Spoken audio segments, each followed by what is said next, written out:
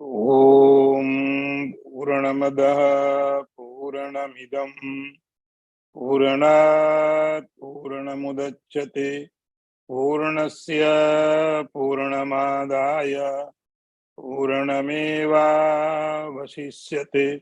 ओम शांति शांति शांति।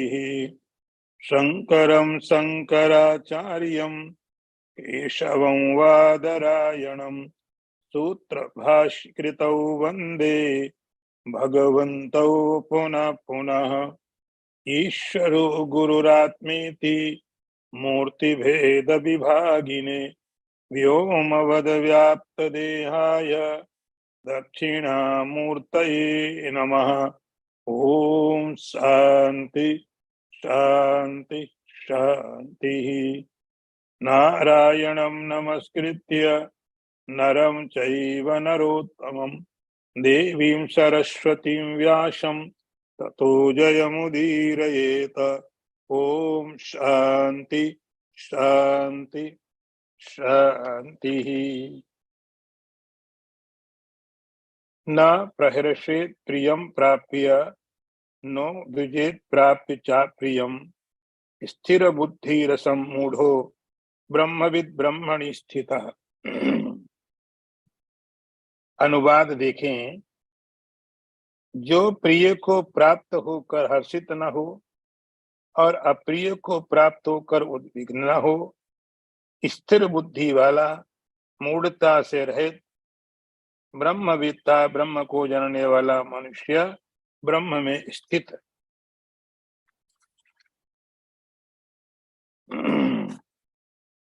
ब्रह्म में स्थित है, ऐसा भगवान कहते हैं। यहाँ भगवान उस ब्रह्मवेत्ता के कुछ लक्षण बता रहे हैं। गीता में कई बार भगवान ने बताए हैं जो ब्रह्मवेत्ता है, तत्ववेत्ता है। भगवान ने गीता में कई जगह उनके लक्षणों को बताया। इसके पीछे भी एक उद्देश्य है। शंकराचार्य जी ने लिखा है कि ब्रह्मवेत्ता के जो लक्षण होते हैं, साधकों के वे लक्ष्य होते हैं। ब्रह्मवेत्ता के जो लक्षण बताए जाते हैं, उन लक्षणों को साधक कोशिश करके प्राप्त करने की कोशिश कर। इसलिए भगवान ने बार बार इस बातों को, इन शब्दों को दोहराया है गीता में और दूसरे जगह भी। एक भगवान ने क्राइटेरिया दिया है। क्राइटेरिया क्या है? जो कोई भी न प्रहर्षेत् प्रियम प्राप्य, कोई नाम नहीं लिया किसी का, कोई जाति, कोई वर्ण, कोई आश्रम, कोई उम्र, कोई पढ़ा लिखा, कोई गरीब, कोई राजा, ऐसा कुछ नहीं बोला।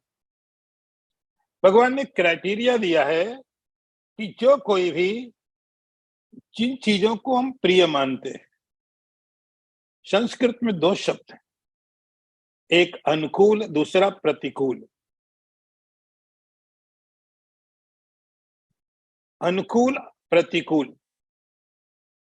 न्याय शास्त्र में सुख की जो व्याख्या की गई है, अनुकूल वेदनीयम सुखम और प्रतिकूल वेदनीयम दुखम। बहुत ज्यादा डीप नहीं जाऊंगा मैं, लेकिन न्याय दर्शन जो परिभाषा देता है कि सुख क्या है, प्रियता क्या है, प्रिय क्या है।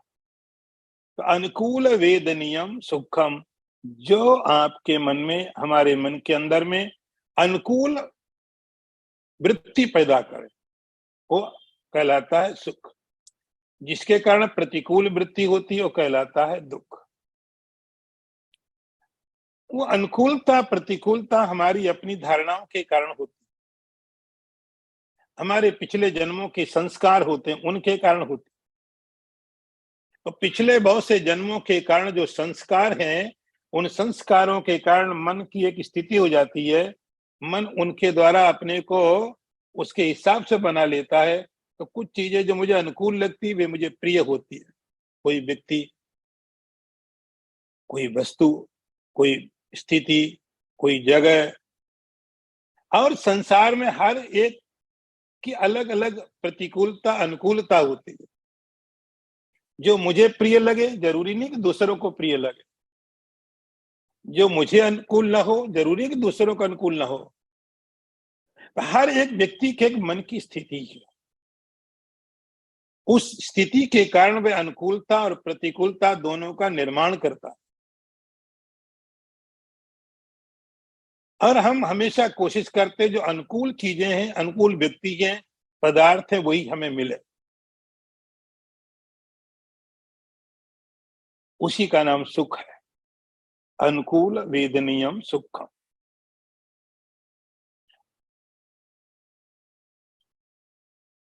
अब ये जो अनुकूल वेदना, वेदना का मतलब आपका ज्ञान, वृत्ति, विचार, थॉट, ये पैदा किससे होता है? मन तैयार है, लेकिन मन को अनुकूल वेदना मिलने के लिए, प्रतिकूल वेदना मिलने के लिए मन के आगे कोई ऑब्जेक्ट आता है। आखिर तो एक प्रक्रिया है, मन, इंद्रियां और ऑब्जेक्ट। ये तीन जब एक लाइन में आते हैं, जैसा पदार्थ आपने चाहा वैसा पदार्थ आपको दिखाई पड़ा, वैसा व्यक्ति, वस्तु, जो भी आपने चाह रहे तो मिला।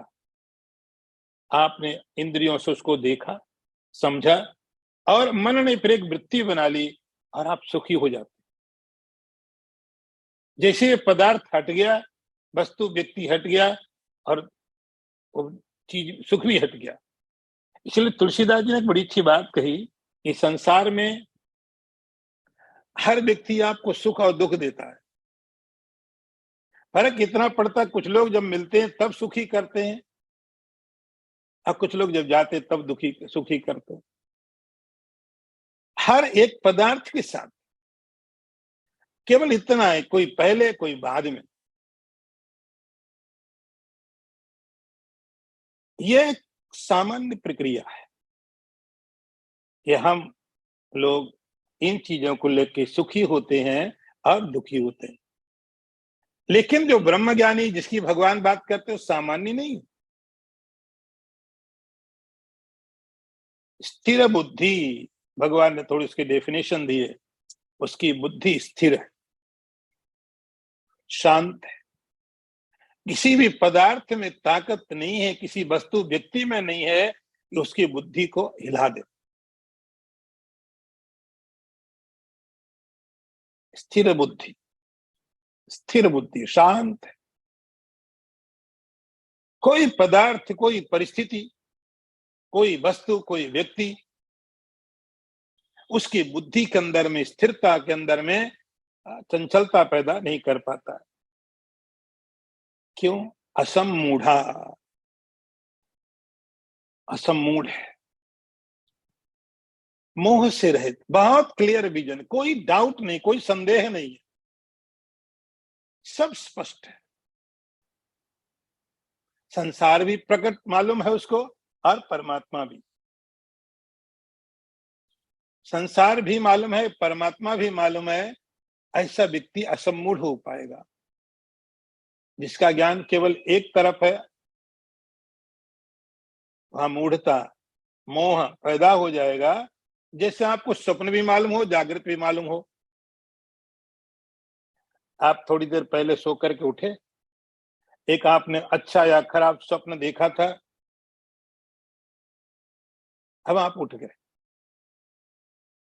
थोड़ा थोड़ा स्मरण याद है स्वप्न में, लेकिन आपको वास्तविकता दोनों की मालूम है।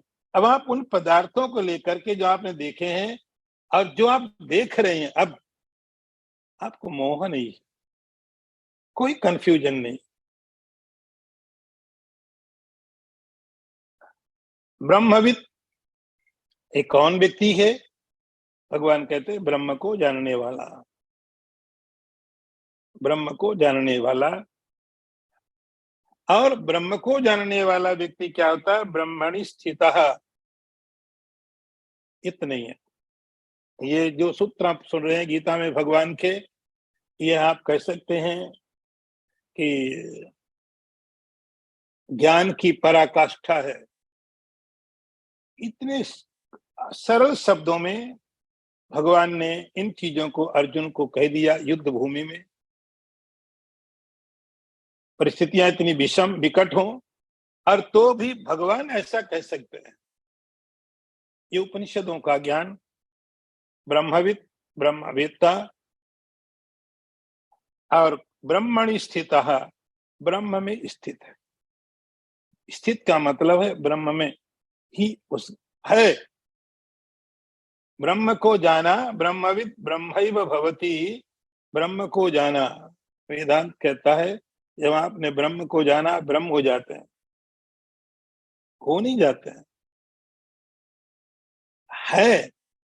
केवल असम मूढ़ता पैदा थी, वो निकल गई। तो भगवान कहते हैं ऐसा ब्रह्म में स्थित जो व्यक्ति है उसके जीवन में एक्सपीरियंस, अनुभव कैसे होंगे कि कोई भी पदार्थ को प्राप्त करके उसके अंदर कोई खुशी नहीं है और कोई चला जाए तो कोई दुखी नहीं है। ये स्थिति है उसके मन की, उसकी बुद्धि की। कोई भी आके उसके मन को, उसकी बुद्धि को किसी से घृणा भी नहीं है। घृणा हो तो आप अस्तित्व को मान लिया, घृणा करते कोई आ रहा है तो आने दो, जा रहा है तो जाने दो। न सुख का न दुख का। और एक बात, सुख के आकार की वृत्ति उठेगी। आप ये मत समझना कि अब यदि वह कोई आप पदार्थ को देखेगा, कोई भोजन करेगा तो रसगुल्ले का टेस्ट ही नहीं आएगा। टेस्ट आया तो कैसे ब्रह्म ज्ञानी हो तुमको तो टेस्ट आ रहा है। नहीं, जैसे पदार्थ आएंगे, पदार्थ आकर के मन के ऊपर में असर डालेंगे। वृत्ति सुख की बनेगी, वृत्ति दुख की बनेगी। ऐसा नहीं कि उसके सारे मन में अब कुछ उठेगा ही नहीं। मन अपना काम करेगा, आंखें अपनी काम करेगी, लेकिन वो कहाँ स्थित है? ब्रह्मणि स्थित है। मैं मन के साथ नहीं हूं, मैं बुद्धि के साथ नहीं हूं। कहां पर हूं? ब्रह्म में हूं, अपने स्वरूप में हूं। इसलिए मन में उठने वाली वृत्तियां, विचार उसके ऊपर कोई असर नहीं डालते हैं। अगला मंत्र देखिए। बाह्य स्पर्शेषु शक्तात्मा विन्दत्यात्मनि यत् सुखम स ब्रह्म योग युक्तात्मा सुखम अक्षयम अश्नुते। अर्थ देखिए, भगवान कहते हैं अर्जुन, बाह्य स्पर्श पदार्थों के वस्तु मात्र के संबंध में आसक्ति रहित अंतःकरण वाला साधक अंतःकरण में जो सात्विक सुख है उसको प्राप्त होता है, और वह ब्रह्म में अभिन्न भाव से जिस मनुष्य को अक्षय सुख का अनुभव करता है वो। भगवान ने उसको और स्पष्ट किया। बाह्य स्पर्शेषु शक्तात्मा विन्दति आत्मनि यत् सुखम।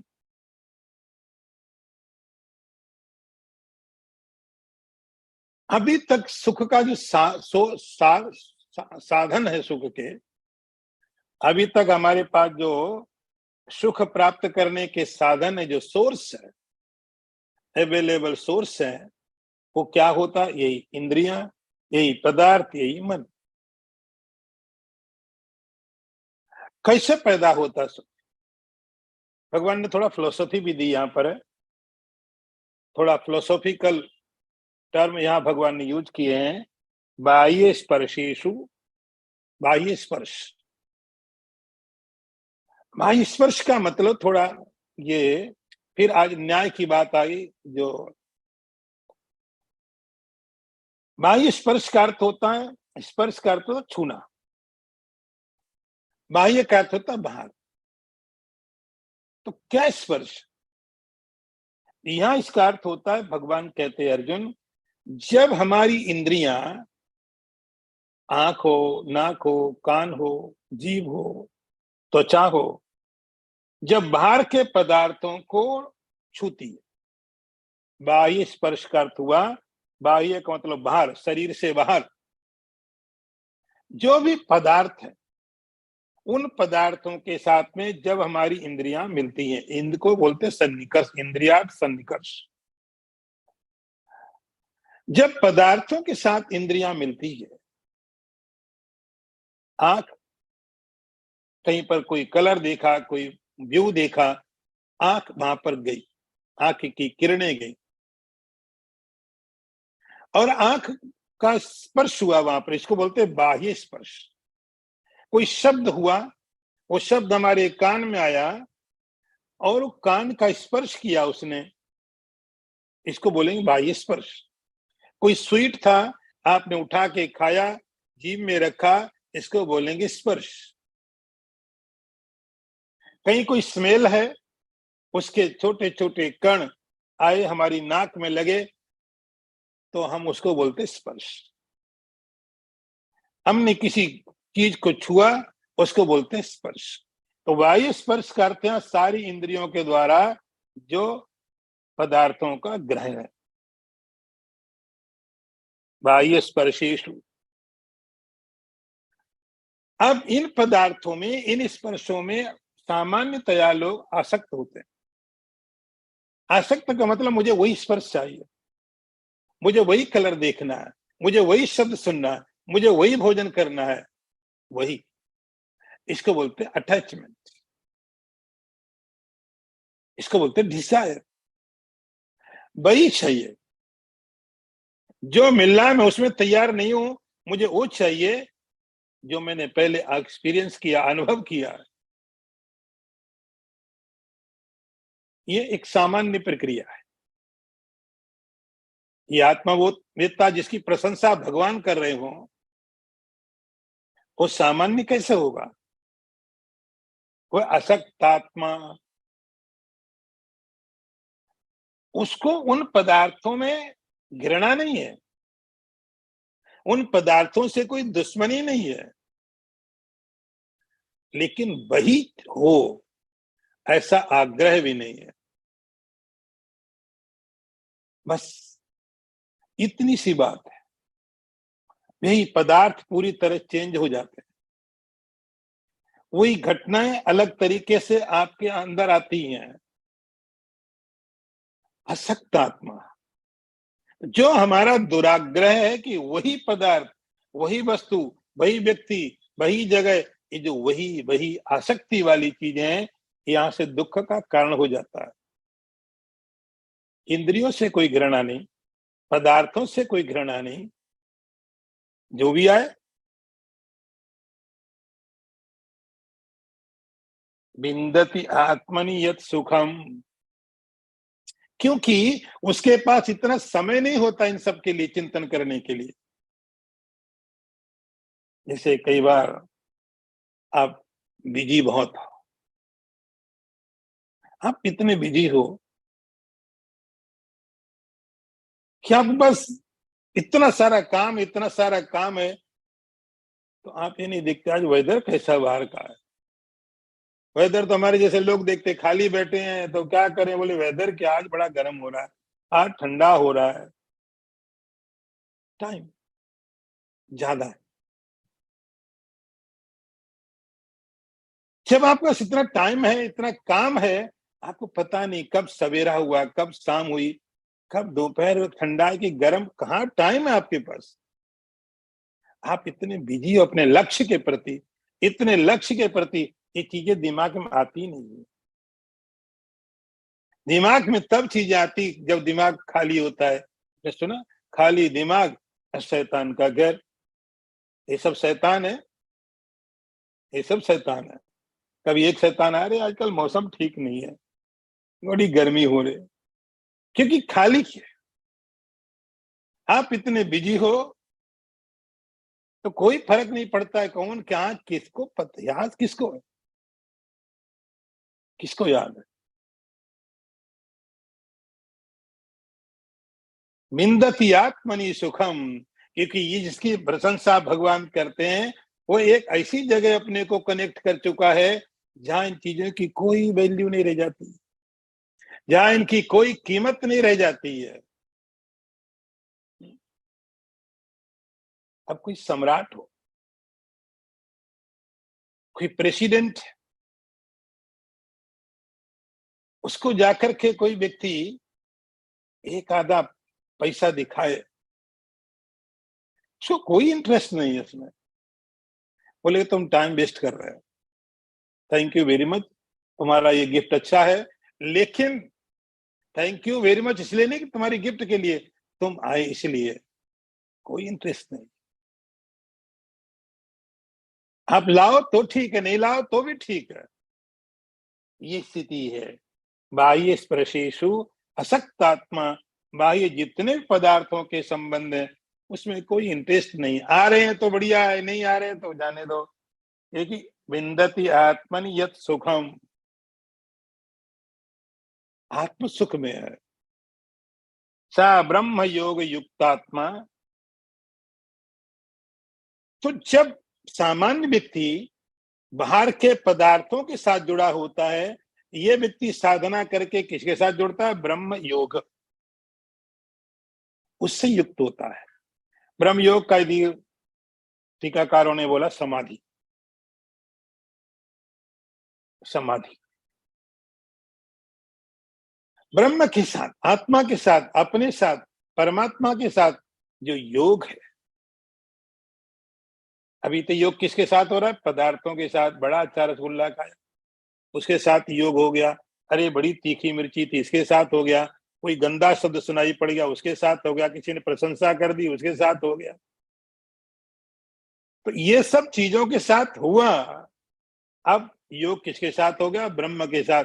जब ब्रह्म के साथ योग हो गया, इनकी कोई वैल्यू नहीं बचती है। और जब कोई वैल्यू नहीं तो आप इंसल्ट भी नहीं करते हो। जब किसी का आप इंसल्ट भी करते हो, आप उसको वैल्यू दे रहे हो। ऐसा व्यक्ति अक्षयम सुखम अश्नुते, भगवान कहते हैं उसको जिस सुख की प्राप्ति होती है वह सुख अक्षय होता है। ये सुख कभी भी खत्म नहीं होता है। ये भगवान को अलग से बताना पड़ा, क्योंकि अक्षय सुख का कोई अनुभव नहीं किसी के पास। अक्षय सुख के बारे में किसी को कोई अनुभव नहीं सामान्यतया। हम तो सोचते सुख पैदा होगा जाएगा। एक घटना आपको जब होगी तो अच्छी लगेगी, खत्म हो जाएगी तो खराब लगेगी। अक्षय सुख भगवान कहते उस व्यक्ति को होता है। और अगला मंत्र देखिए, यही संस्पृष्टा भोगा दुख योन एवते आद्यंतवंतः कौन्तेय न तेषु रमते बुधा। अर्थ देखो, भगवान कहते हैं अर्जुन, क्योंकि जो इंद्रिय और विषयों के संयोग से पैदा होने वाले सुख हैं, आदि अंत वाले हैं, दुख के कारण हैं, विवेकशील मनुष्य उनमें कभी रमण नहीं करते हैं। यही संस्पृशजा भोगा। भगवान और थोड़ा क्लियर किया, जितने भी भोग, सुख या दुख, दोनों भोग है। भोग का अर्थ जो आप अनुभव करते हो, सुख भी होते हैं दुख भी होते हैं। पैदा कैसे होते हैं? भगवान ने बता दिया, उसका एक ही कारण है कि जब इंद्रियां, मन और पदार्थ तीनों चीजें एक लाइन में आती हैं तब ये पैदा होते हैं। सुषुप्ति में, सुषुप्ति में क्या हुआ? मन नहीं है, इसलिए इंद्रियां भी काम नहीं करेंगी, पदार्थों का होना होना नहीं रहता। तो जब तीनों एक लाइन में होते हैं, मन, इंद्रियां और पदार्थ, तो जब एक लाइन में तीनों हैं, उस समय में इन भोगों की उत्पत्ति होती है। इसको बोलते हैं इंद्रिय और अर्थों के मिलने से होने वाला पदार्थ, सुख। तो कोई पदार्थ है, उस पदार्थ में, ऑब्जेक्ट में इंद्रिया गई, उसने वहां से उसका एक रिफ्लेक्शन लिया और जाके माइंड को दे दिया। आंख अपने पास कोई कलर नहीं रखती, कान कोई शब्द अपने पास नहीं रखता है, जीभ कोई स्वाद अपने पास नहीं रखती। जैसे इंद्रियों को जो कुछ भी मिला वो तुरंत उठा के मन को समर्पित कर देती है, और मन उनको फिर अपने हिसाब से इंटरप्रेट करता है। वो सुख भी भोग सकता है और दुख भी भोग सकता है। इसको भगवान कहते संस्पर्शजा भोगा, स्पर्श होने के कारण। स्पर्श का फिर आप बार बार यहाँ कंफ्यूजन नहीं होना, इंद्रिय और पदार्थों का जो जुड़ना है, सन्निकर्ष है, उसको भगवान यहाँ कह रहे हैं। ये भोग होते हैं, सुख के रूप में हो सकते हैं, दुख के रूप में हो सकते हैं। लेकिन एक बात पक्की है, भगवान कहते हैं, भगवान एक स्टेप आगे बात कर रहे हैं। इंद्रियों के पदार्थों के संपर्क के कारण जो भोग पैदा होते हैं केवल दो ही है, एक का नाम सुख, दूसरे का नाम दुख। दोनों की इकट्ठा कर दो तो भगवान ने नाम दिया भोग, एक्सपीरियंस। हर एक इंद्रिय के द्वारा दोनों चीजें पैदा होती, सुख के और दुख की, दोनों की प्राप्ति होती। लेकिन भगवान कहते एक बात पक्की, चाहे किसी से आपको सुख मिले चाहे दुख मिले, एक बात बिल्कुल पक्की है, और वह ये है, ये दोनों दुख के कारण है। दुख योने एवते।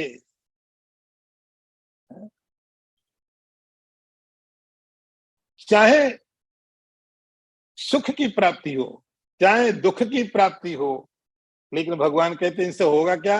दुख योने, ये दुख के कारण, दुख के कारण। पहली बात,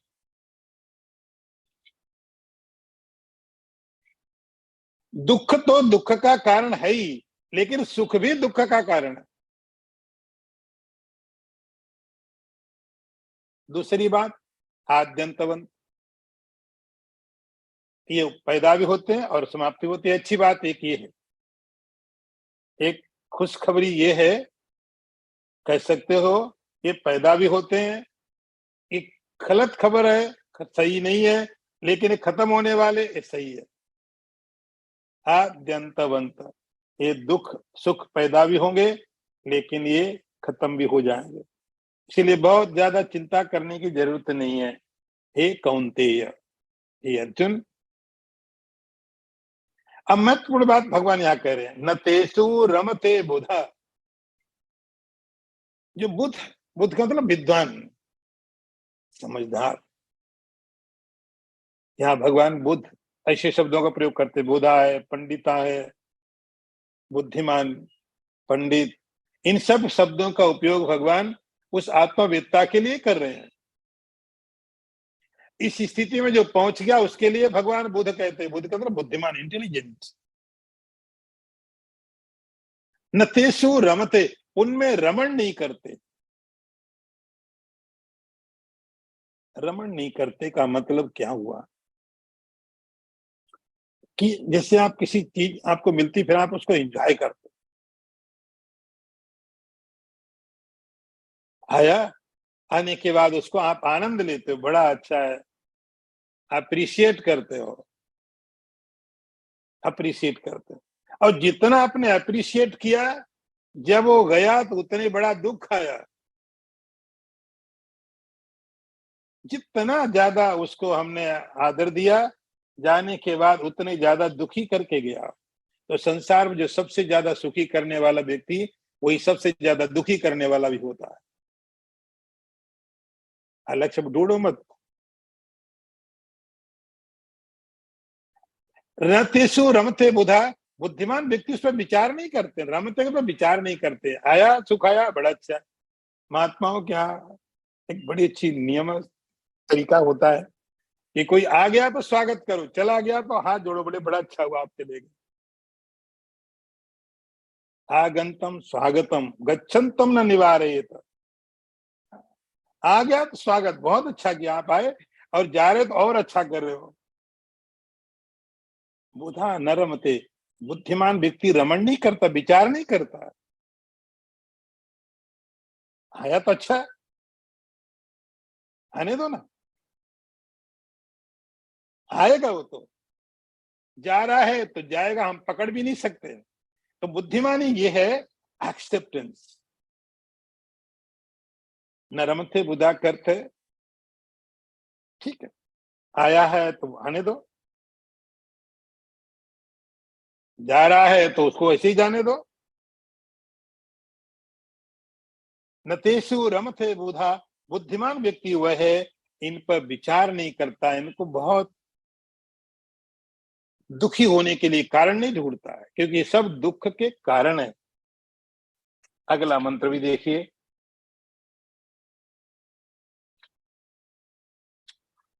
शक्नोति हैवैया सोढुम प्राक् शरीर विमोक्षणात् काम क्रोधोद्भवम वेगम संयुक्त स सुखी नरः। ये मंत्र कुछ ऐसे थे, मुझे लगा मैं थोड़ा और भी ज्यादा बोलता, लेकिन अब मुझे सोचता हूँ नहीं, खत्म करता हूँ चैप्टर को। इस मनुष्य शरीर में जो कोई मनुष्य शरीर छूटने से पहले ही काम क्रोध के उत्पन्न होने वाले वेग को सहन करने में समर्थ होते हैं, वह मनुष्य ही योगी है और सुखी है।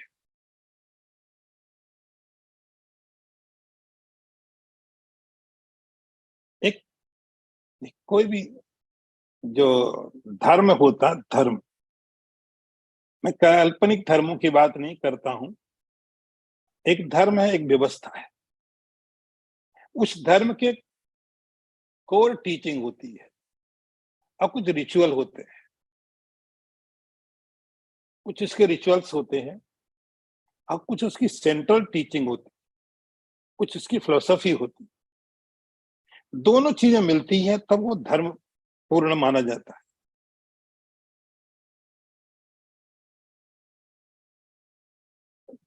रिचुअलिस्टिक स्थिति में जब हम होते हैं,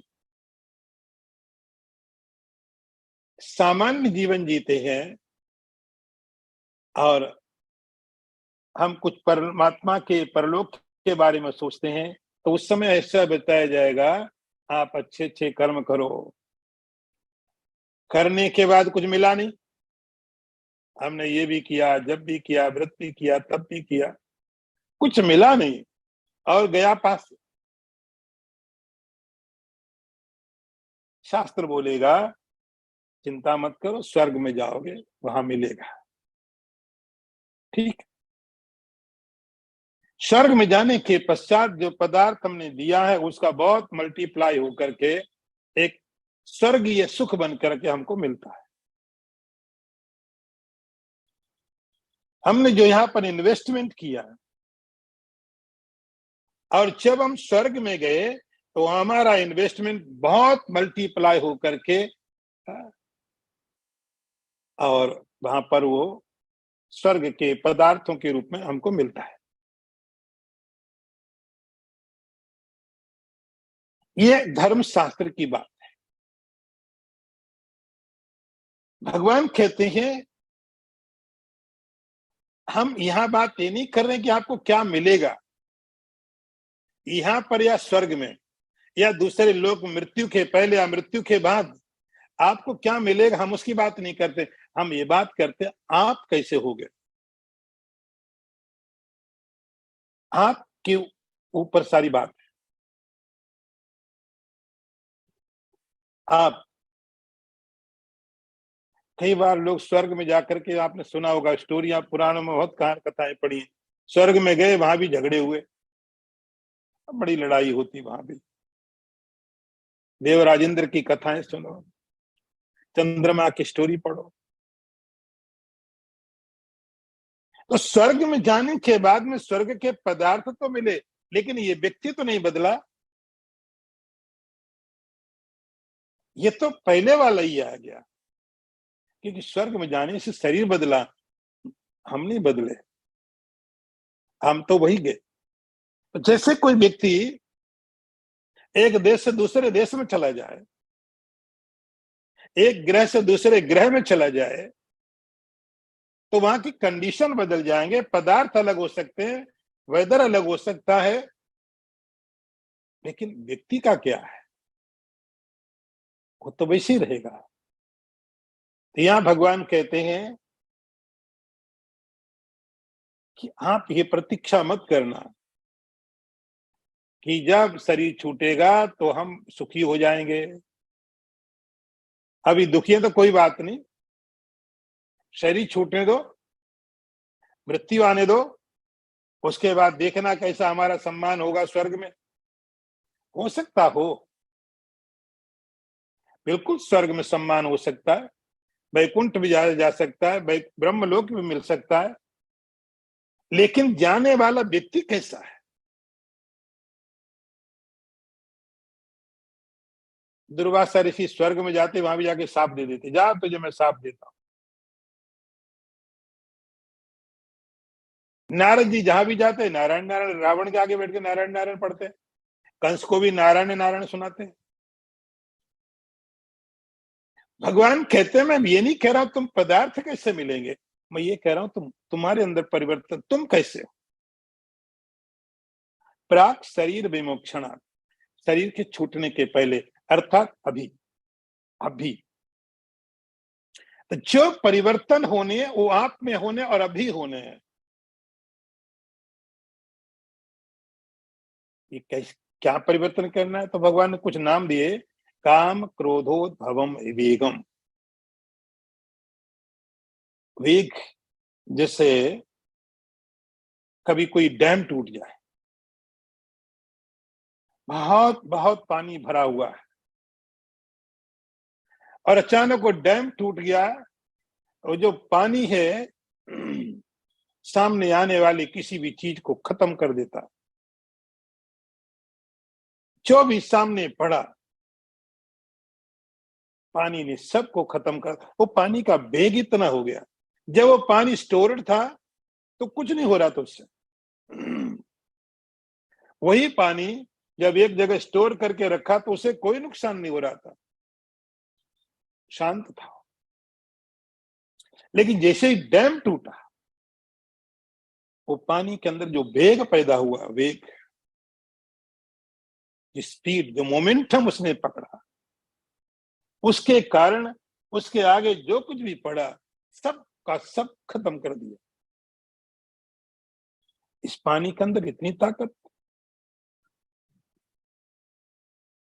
पानी के अंदर इतना फोर्स, सब कुछ खत्म कर डाला उसने। लेकिन वही पानी था, वही पानी था जब स्टोर था, एक जगह भरा हुआ था, आप उसको चैनलाइज कर दो तो काम में ले लो,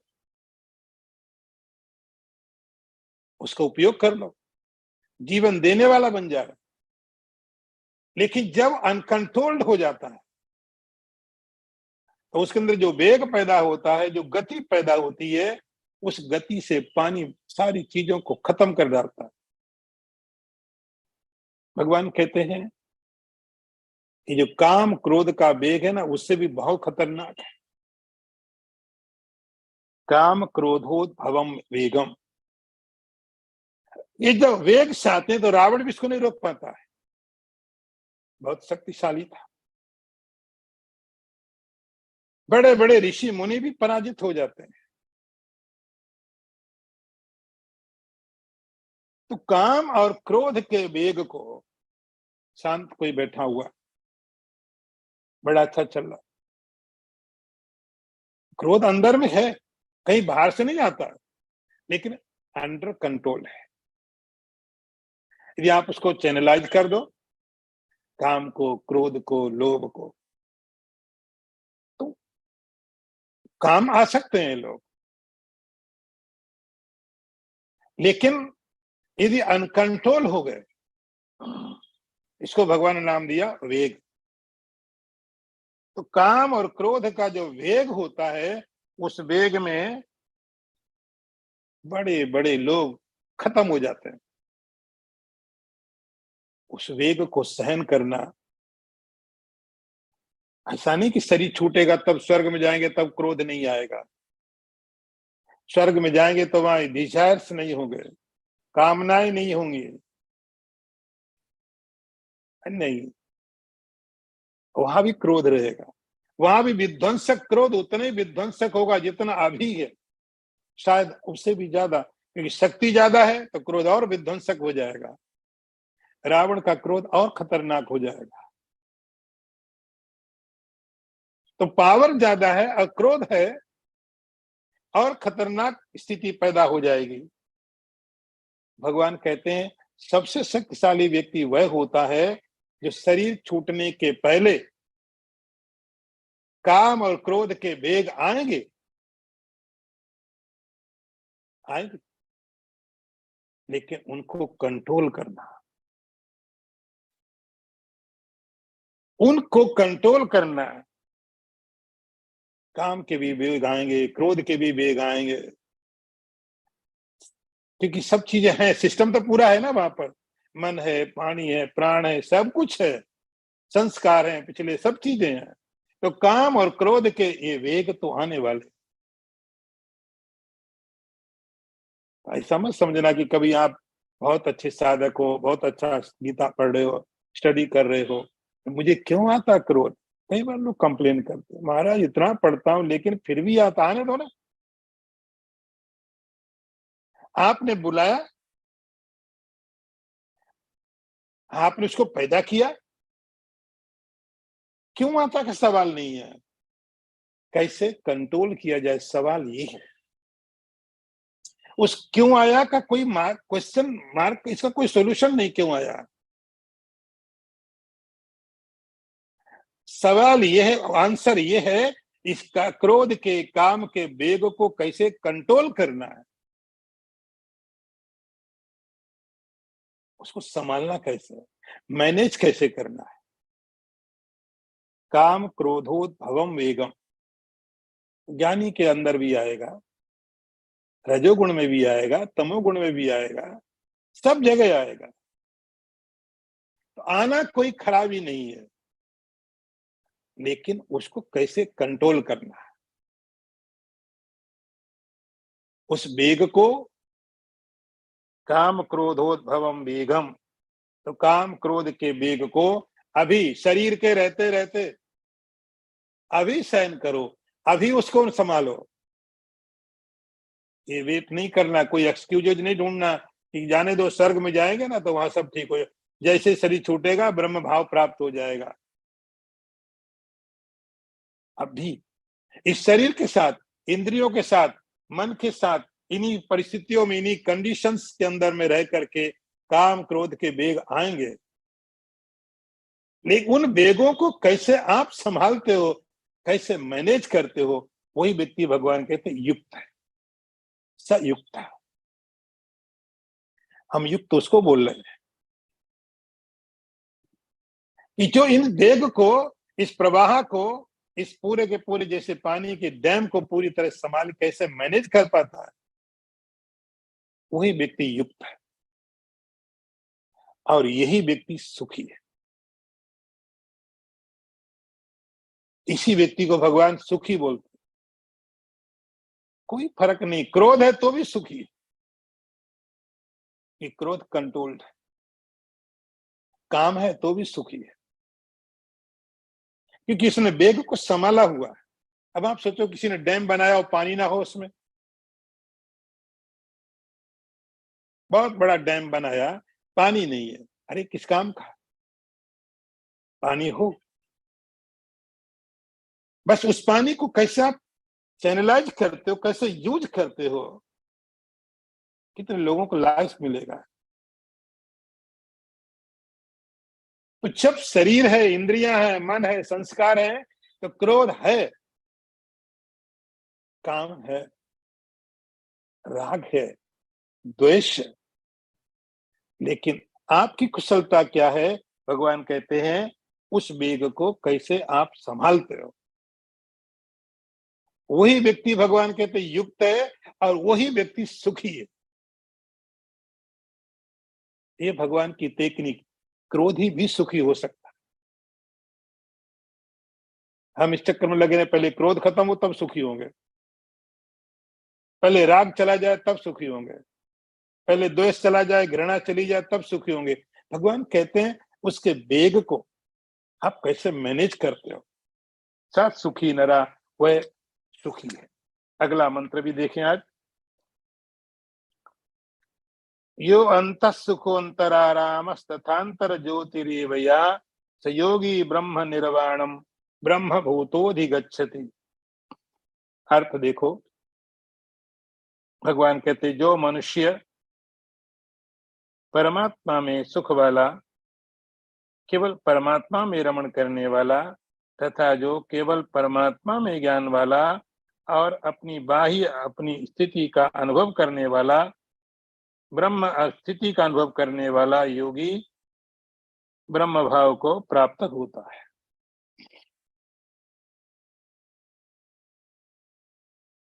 वो सुखी है। यो अंतः सुख, उस व्यक्ति को अंतर सुख के बारे में मालूम पड़ गया। अंतर सुख, अंदर में सुख, आत्मा में सुख बोलो, बाहर के पदार्थों के बिना भी सुखी होने की क्षमता है। यो अंतर सुख, जिसने अपने सोर्स, सुख के सोर्स को अंदर ही ढूंढ लिया। कबीरदास ने लिखा एक मृग के बारे में, कस्तूरी मृग। तो कस्तूरी मृग को जो उसकी सुगंध थी अपनी ही कस्तूरी की आ रही थी स्मेल, और इतनी अच्छी थी कि वह इसको ढूंढने के लिए निकलता, चारों तरफ भटकता रहता, घूमता रहता, घूमता रहता, और जितना घूमता उतना और फैलता हो और कंफ्यूजन पैदा होता। एक जगह हो तो कम से कम थोड़ा कोई समझने की कोशिश करे कि आसपास में ही होगा, लेकिन जितना घूमा उतनी गंध उसकी फैली, उतनी ज्यादा और कंफ्यूजन बढ़ा। है कहां, किधर? क्योंकि बहुत जगह घूम चुका है, तो चारों दिशाओं से वो चीज आ रही है।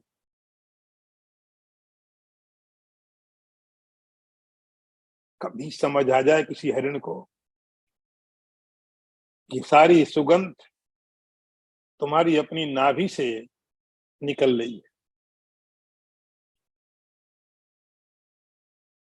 तो कभी किसी को समझ आ जाए कि सुख का जितना भी एहसास, जितना अनुभव हो रहा है बाहर, वो सब आपने ढूंढते ढूंढते डाल दिया है। भगवान कहते अंतः सुख अंतराराम, आराम। आराम का टीकाकरण अर्थ किया यहाँ पर क्रीड़ा। क्रीड़ा माने खेलना, जैसे आप खेलते हो। अच्छा, क्यों खेलते हो? आजकल तो खेलना भी काम बन गया। उस क्रीड़ा को क्रीड़ा नहीं, क्रीड़ा जैसे बच्चों की होती है, यहाँ कोई प्रोफेशन नहीं है। क्या मिलता है? क्यों खेल रहे हो? बस अच्छा लग रहा है, और कोई कारण नहीं, अच्छा लग रहा है खेलने, उससे कुछ मिलने वाला भी नहीं, अच्छा लग रहा है। अभी खेलने के लिए हमको कुछ चाहिए, आराम। अंतरारामा, जो अपने अंदर ही काफी है, जो अपने आप में काफी एनफ। अंतराराम, अंदर में ही आराम है। ये ब्रह्मनिष्ठ की भगवान बार बार अलग अलग शब्दों से उसकी कितनी प्रशंसा करते हैं। प्रशंसा नहीं, वास्तविकता बताते हैं। तथांतर ज्योति और अंतर ज्योति। यहाँ ज्योति का मतलब ऐसा कोई लाइट नहीं है कि कोई लाइट अंदर में होगी जिसको देखा ऐसी भगवान बात नहीं कर रहे हैं। अंतर ज्योति का मतलब हुआ यहाँ पर उसकी जो अंडरस्टैंडिंग है, जो सेल्फ रियलाइजेशन है, अपने बारे में अपनी जो समझ है, जिस ज्योति में, जिस प्रकाश में, जिस ज्ञान में आत्म स्वरूप प्रकाशित हुआ, उसको भगवान यहाँ अंतर ज्योति बोलते हैं। ज्योति जैसे आपको प्रकाश देती, प्रकाश का अर्थ है किसी चीज को आप देखते हो, यही तो प्रकाश का उपयोग है। आप किसी चीजों को देखते हो, ये प्रकाश का उपयोग हुआ। अंदर का प्रकाश क्या करता है? कई बार हम बड़े कंफ्यूज हो जाते हैं और बड़े बड़े लोग टेक्निक बताते हैं, अंदर ऐसे बैठोगे तो अंदर ज्योति दिखाई पड़ेगी, कभी ऐसी जलेगी, कभी वैसे जलेगी। लेकिन किस लिए जलेगी? उस ज्योति का मतलब क्या है? जलेगी तो ठीक है। कई बार लोग बड़े परेशान, हमारे पास भी कई दो मिले, पहले ज्योति दिखती थी, आजकल बंद हो गई। हमने कहा क्या पढ़ना तुमको वहां पर है, नहीं दिखती तो मत दिखे। ज्ञान का, ज्योति का मतलब हुआ आपको कुछ काम आना चाहिए ना। अंतर ज्योति का अर्थ हुआ आत्म प्रकाश। जिस जिस ज्योति में, जिस ज्ञान में आपका स्वरूप प्रकाशित हुआ, जिस जिस ज्योति में आपका अपना स्वरूप आपको मालूम पड़ा, या भगवान उसको अंतर ज्योति बोलते हैं। अंत सुख, अंत आराम, अंतर ज्योति, तीन चीजें भगवान बोले। अंदर में सुखी, अंदर में अकेला काफी है, और अपने ही ज्योति में अपने आप को प्रकाशित किया, अपने आप को जाना। सा योगी, भगवान कहते वही योगी है। इसलिए गीता में योगी शब्द है, युक्त शब्द है, इनके बहुत बहुत अलग अलग मतलब है। जब तक पूरा प्रकरण समझ में नहीं आता है, तब तक वहां उस शब्द का अर्थ समझ में नहीं आएगा।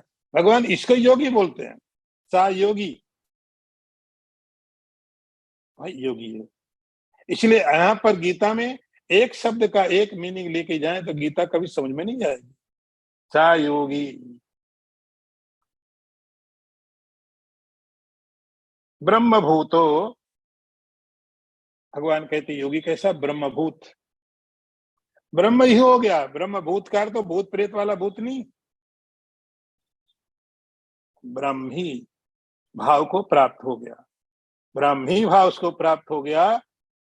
अभी तक जीव भाव था, हम कहेंगे जीव भूत। भूत का संस्कृत में अर्थ होता होना, भूत का अर्थ यहाँ होना होता है। तो जीव भूत, जीव भाव, या ब्रह्मी भूत हो गया, ब्रह्म भूत हो गया था। केवल उसको मालूम पड़ गया, अरे मैं तो ब्रह्म हूं। ब्रह्म निर्वाणम अधिगच्छति, अधिगच्छति माने प्राप्त करता है। तो प्राप्त करने के लिए कहीं जाना नहीं है। मुझे कहीं पर कुछ चीज प्राप्त करनी है, मुझे दिल्ली जाना है तो मुझे यहां से जाना पड़ेगा, मुझे क्रिया करनी पड़ेगी। तो इसको पहुंचने के लिए कुछ क्रिया नहीं करनी पड़ती है, कुछ करना नहीं पड़ता है। ब्रह्म निर्वाणम, ब्रह्म निर्वाण पद को, ब्रह्म भाव को, ब्रह्म स्वरूप को वह अधिगच्छति प्राप्त करता, समझ लेता। कहीं से कुछ जाना नहीं, आना नहीं, कुछ परिवर्तन नहीं है, कोई चेंजेज नहीं है कि पहले मैं ऐसा था और उसके बाद बदल करके ऐसा हो गया। पहले मैं गरीब था अब अमीर हो गया, पहले बच्चा था अभी बड़ा हो गया, पहले ना समझ था अभी समझ, ऐसा कुछ नहीं होना है। पहले ही वैसा था, अब भी वैसा ही है, अब केवल अपनी बात को समझ गया। ब्रह्म भूतोधिगच्छति। ओम पूर्णमदः पूर्णमिदं पूर्णात् पूर्णमुदच्यते पूर्णस्य पूर्णमादाय पूर्णमेवावशिष्यते। ओम शांति शांति शांति। शंकरं शंकराचार्यं केशवं वादरायणं सूत्रभाष्यकृतौ वन्दे भगवन्तौ पुनः पुनः। ईश्वरो गुरुरात्मेति मूर्तिभेद विभागिने व्योमवद्व्याप्तदेहाय दक्षिणामूर्तये नमः। ओम शांति शांति शांति। नारायणं नमस्कृत्य नरं चैव नरोत्तमं देवीं सरस्वतीं व्यासं ततो जयमुदीरयेत। ओम शांति शांति।